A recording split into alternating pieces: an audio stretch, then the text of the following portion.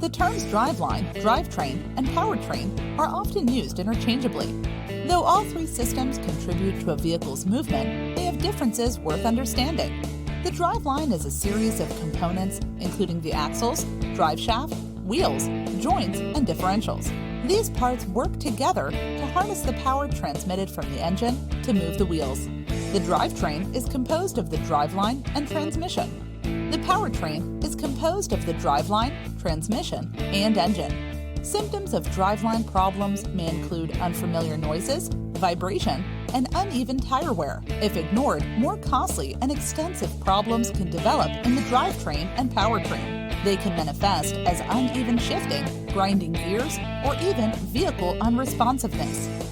Pay attention to your vehicle's warning signs. Have our factory-trained and certified technicians inspect your vehicle's driving components and consumables.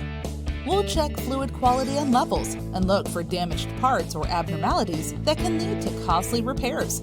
If any issues are found, we'll work with you to develop a plan of service to get you back on the road quickly and safely.